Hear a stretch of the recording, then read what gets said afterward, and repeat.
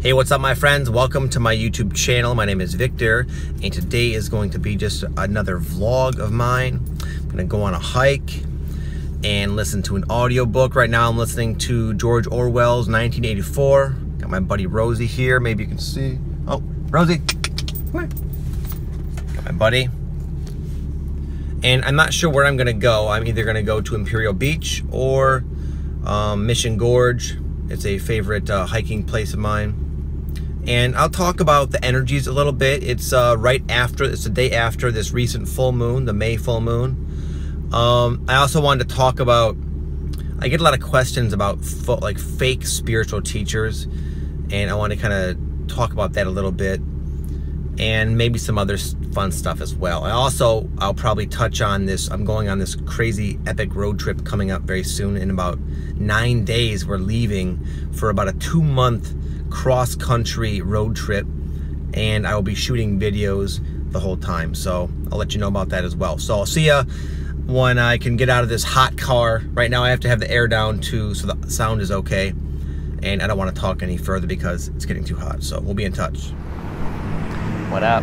Okay, so I made it to Imperial Beach, but I can already tell that it's a little bit excessively windy, we'll say, and it'll probably mess up the sound, but I'm gonna give it a go. I'm gonna walk over here and see how it goes. Otherwise, this video, unfortunately, will probably have to carry until tomorrow when I have some more time, because I got some stuff to do in about an hour, but I will be in touch.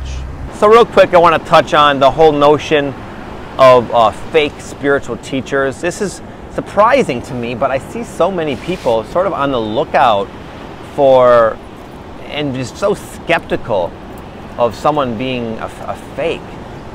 Now, of course, I just saw a documentary not too long ago called Holy Hell, and this is a legit scumbag type person who maybe caught a bit of a glimpse and then used that to manipulate a lot of people. But I honestly believe that's sort of a rare occurrence. And what I think is happening more often is that there's people with really that are very awake, very powerful energy about themselves, like Eckhart Tolle, someone like that. And sometimes someone like that can cause us a lot of our own insecurities and fears and just baggage, ego stuff to just zoom up, bubble up to the surface very quickly. So we watch a spiritual person, but then they make us feel incredibly uncomfortable. And then we immediately just project that onto them as the culprit, and it seems that way, but they're just triggering the crap out of us. And I believe that's why a lot of people claim so and so is a fake or a fraud or a phony most of the time. Another thing I want to point out is that, at least for me, spiritual teachers or just mentor type individuals and figures have come and gone out of my life a lot. Depending on where I'm at in my own individual journey will depend on who I resonate with mostly and I'm drawn to. And that, because that changes, but I don't look back and say, wow, I can't believe I listened to them. They were a fake. They were not, they're bad, whatever. It's that, well, that is not what I need right now. But it was helpful at the time. Most of you guys watching this, I would honestly believe, have at least the ability, a fair amount of your own discernment. And that someone who's being that deceptive, at least to me, and it's always been the case, not just now, it's so blatantly obvious. It's not anything they say or caught them in a lie. It's more just, I can spot a phony, a liar from a mile away, and most of you can too. So there's really no need to I would say rely on your own power. Remember your own intuition and your own ability to be discerning. It's really not that hard. We can make it complicated when we start buying into loads and loads and loads of other people's perspectives. Then we kind of lose our own power that way. But I don't really think this is a big concern for most people. And one thing I will add someone who is always on the lookout of someone lying to them, in my experience, are liars themselves.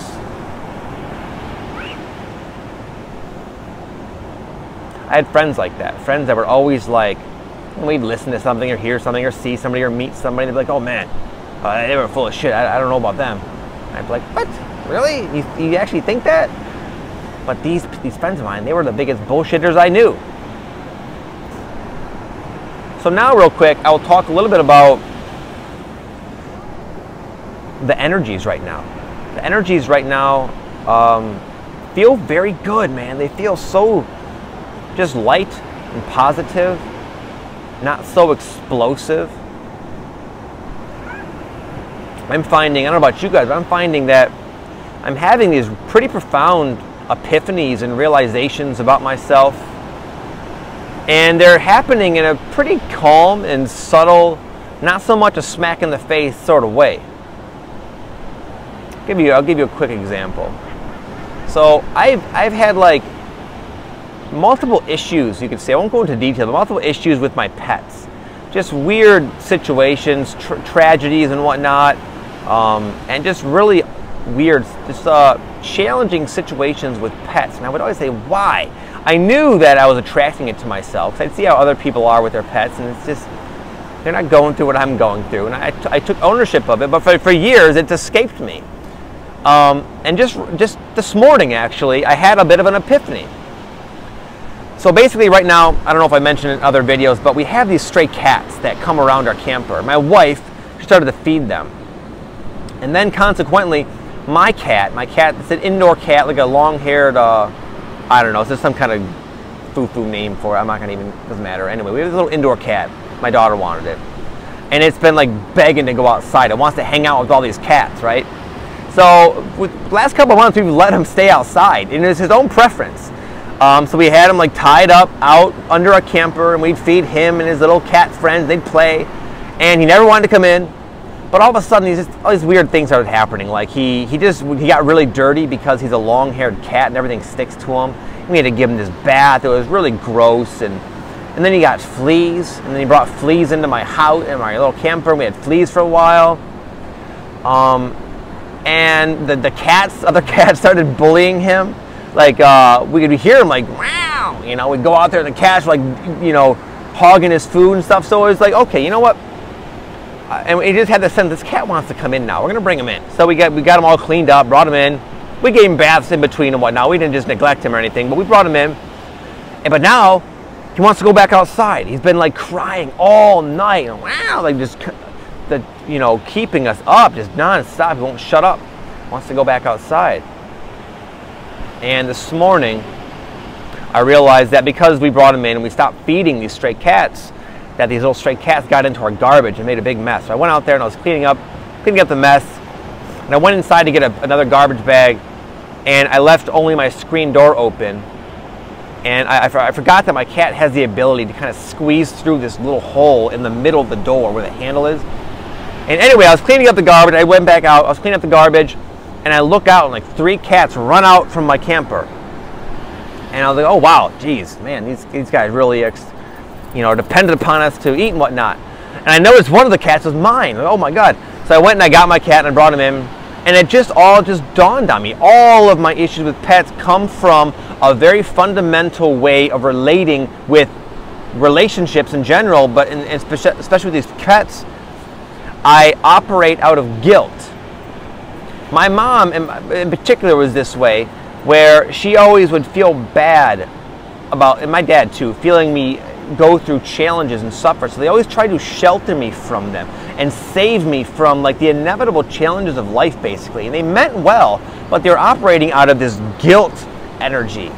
And consequently, I grew up with all sorts of freaking massive issues and problems as a result of being so sheltered.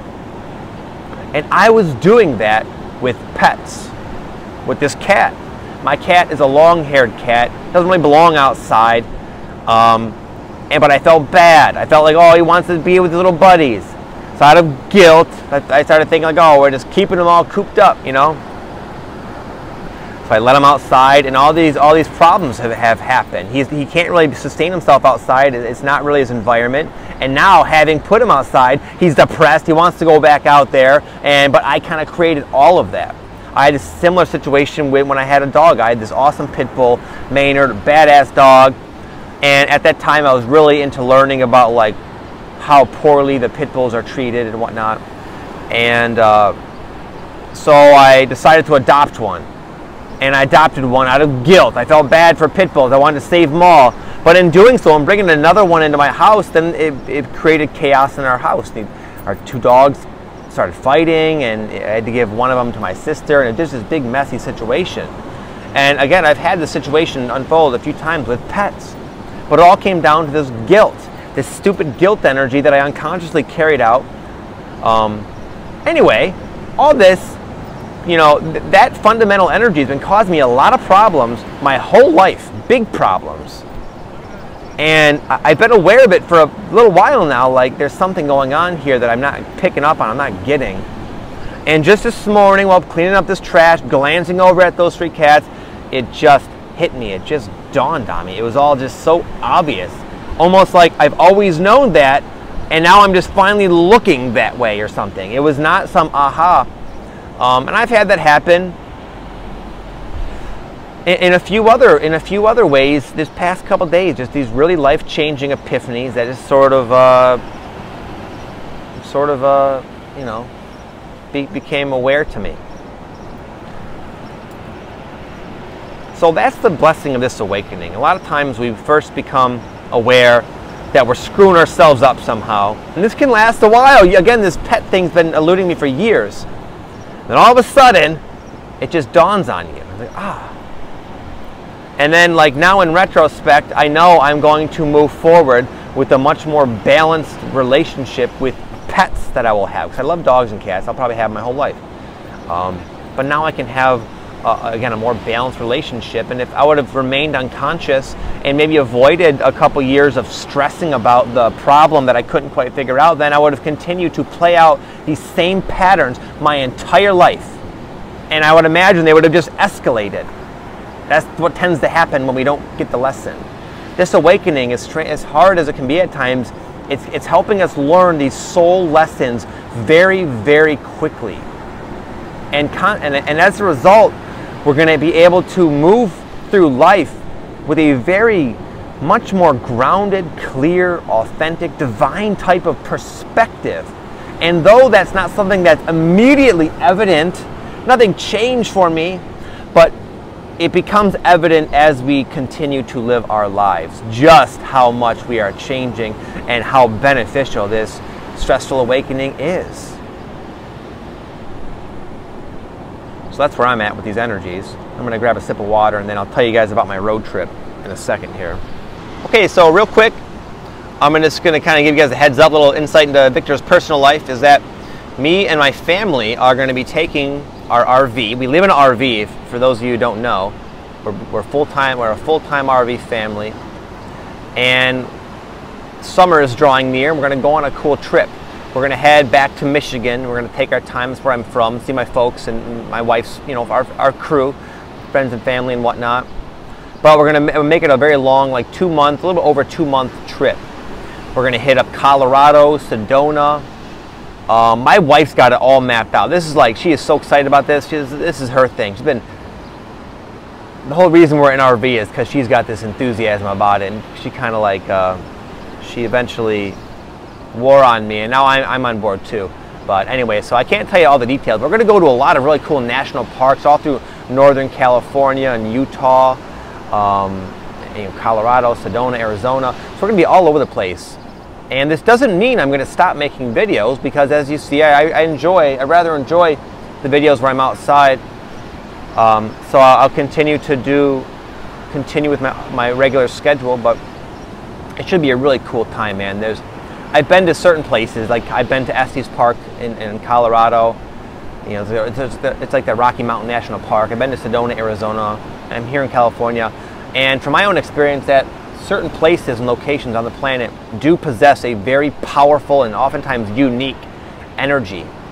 And I really look forward to shooting videos in those places. I just think it'll be fun. Anyway, so that's what's going on. We're leaving in 9 days. But other than that, I'm gonna bounce, guys. I hope you enjoyed this video. Again, it was just kind of me talking, just shooting the shit, vlogging, whatever. Just so you realize that Victor's a person, and you know, just my videos, I tend to be, in a sense, disconnected from myself. I try to be on purpose. I try to let the messages flow very more naturally, where a lot of the videos I put out, I don't honestly take credit for. It just seems to be my way of expressing my higher self or whatever. But these videos are to say, hey, I appreciate you guys as fans and people who like me and want to hear maybe a little bit about me, Victor, the guy. And once in a while, I like to just kind of just talk to you guys on a more personal level. So anyway, I hope you guys enjoyed this. Hope you enjoyed the beach. It always has a very nice, peaceful energy to me. And I will speak to you guys next time. I love you all. Thank you again. Namaste.